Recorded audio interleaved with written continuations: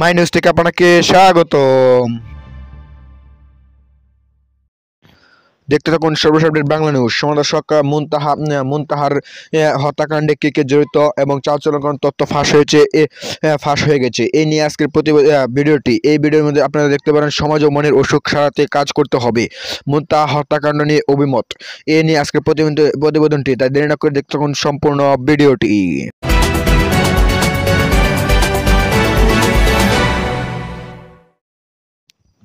মুনতাহা হত্যাকাণ্ড নিয়ে অভিমত, সমাজ ও মনের অসুখ সারাতে কাজ করতে হবে জানিয়েছেন সমাজের মানুষেরা।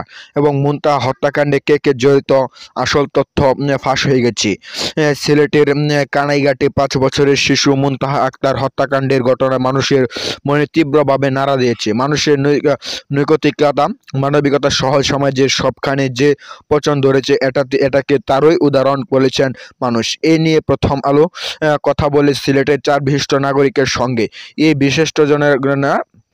জনেরা বলেছেন, বিচারহীনতার সংস্কৃতি আমাদের রাষ্ট্রপ্রকট হয়ে দেখা দিয়েছে। অপরদিকে শান্তি পাওয়া দীর্ঘদিন দায়িত্ব হচ্ছে।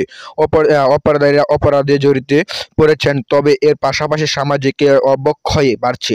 মানুষের মনের স্বাস্থ্য ঠিকঠাক থাকছে না।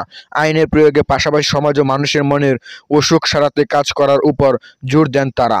এবং 3 নভেম্বর নিখোঁজ হয় মুনতাহা। 10 নভেম্বর তার লাশ পাওয়া যায়।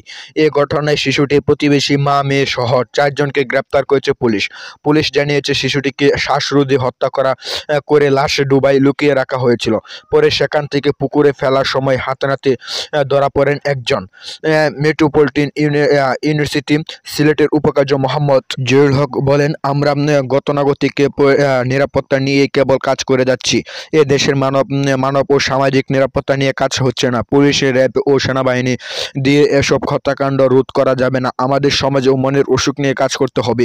বিগত সময়ে আমাদের দেশ গণতান্ত্রিক প্রতিষ্ঠান ও রাজনৈতিক ব্যবস্থা ধ্বংস কেবল হয়নি, আমাদের সামাজিক অবক্ষয় ও চূড়ান্ত পর্যায়ে পৌঁছেছে, যার মূল্য দিতে হচ্ছে মুনতাহার মতো শিশুদের প্রাণ। সামাজিক মূল্যবোধের অভাবে আর বিচারহীনতার সাংস্কৃতিক কারণে মুনতাহা হত্যাকাণ্ডের মতো ঘটনা কিছুদিন পর ঘটেছে বলে মনে করেন সুশাসনের জন্য নাগরিক সুজন। সিলেটের সভাপতি ফারুক মাহমুদ চৌধুরী তিনি বলেন, দেখা গেল আলোচিত একটা হত্যাকাণ্ডের রায় নিম্ন আদালত থেকে হলেও এরপর তা উচ্চ আদালতে গেলেও দিনের পর দিন সুরাহা হচ্ছে না। উচ্চ আদালতে দ্রুততার সঙ্গে যদি এসব আলোচিত ঘটনা নিষ্পত্তি করা যেত, তাহলে সমাজে একটা বার্তা যেত।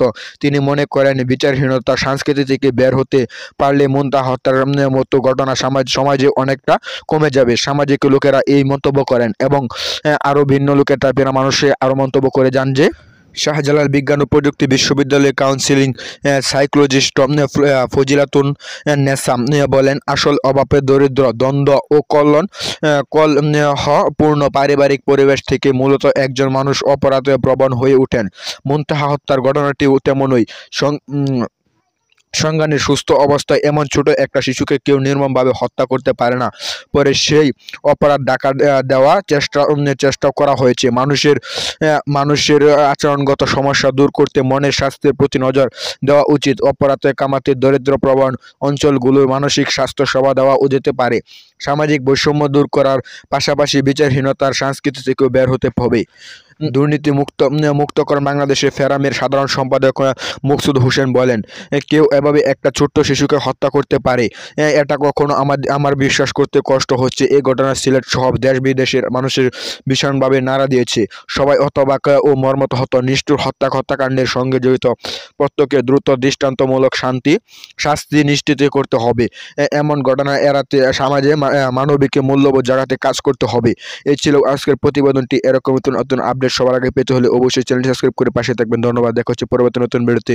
সেই পর্যন্ত ভালো থাকেন, সুস্থ থাকেন, সেই কামনা করে বিদায় নিলাম। আসসালামু আলাইকুম ওয়া রাহমাতুল্লাহ।